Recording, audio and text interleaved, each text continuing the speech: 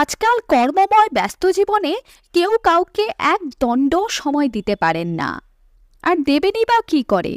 আজকাল যে সর্বত্র শুধু প্রতিযোগিতা, আর এই প্রতিযোগিতার দৌড়ে সামিল হতে না পারলেই পিছিয়ে পড়তে হবে অনেকটা। এর মধ্যেও কেউ কেউ এমন আছেন যারা নানান কারণে খুব নিঃসঙ্গ অনুভব করেন। আজকের ভিডিওতে বলবো কিভাবে একজন মানুষ খুব সহজেই নিঃসঙ্গতার অনুভূতি কাটিয়ে উঠতে পারেন। নিঃসঙ্গতা বা একাকিত্ব দূর করার 5টি দারুণ উপায় রয়েছে। তাহলে চলুন জেনে নিই উপায়গুলো কি কি। নাম্বার 1, একাকিত্ব কাটানোর জন্য সবার প্রথমে নিজেকে ব্যস্ত রাখাটা খুব বেশি দরকার। তাই সেক্ষেত্রে নিজেকে নানান সামাজিক কর্মকাণ্ডের সাথে জড়াতে পারেন, কিংবা কোনো স্বেচ্ছাসেবক সংস্থায় যোগ দিন এবং সমাজের অবহেলিত, নিপীড়িত, দুস্থ মানুষদের পাশে দাঁড়ান। এতে আপনি নিজে ব্যস্তও থাকবেন আর দিন শেষে পেয়ে যাবেন ঢের শান্তি।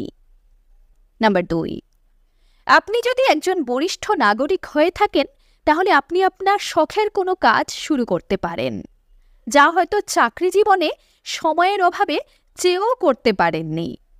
যেমন গাছ লাগানো, গান করা, লেখালেখি করা, সেলাই করা ইত্যাদি ইত্যাদি। মনে রাখবেন, শখ পূরণের কিন্তু কোনো বয়স হয় না। নাম্বার 3, কারো যত্ন নেওয়া নিঃসঙ্গতার অনুভূতি অনেকটা কমাতে পারে। সেক্ষেত্রে আপনি একজন দুস্থ বাচ্চাকে দত্তক নিতে পারেন, কিংবা বাড়িতে কোনো পোষ্য রাখতে পারেন। দেখবেন তাদের যত্ন নিতে নিতে কখন যে সকাল গড়িয়ে রাত হবে আপনি নিজেও টের পাবেন না। নাম্বার 4, নতুন বন্ধু-বান্ধব তৈরি করুন, কিংবা পুরনো বন্ধুদের সাথে আবার যোগাযোগ করুন। তাদেরকে নিজের বাড়িতে চায়ের আড্ডায় ডাকুন। আপনিও তাদের বাড়িতে ঘুরতে যান।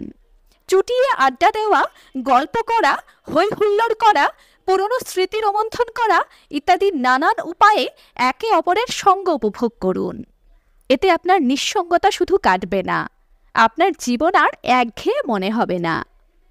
নাম্বার 5, তীর্থ করতে বেরিয়ে পড়ুন।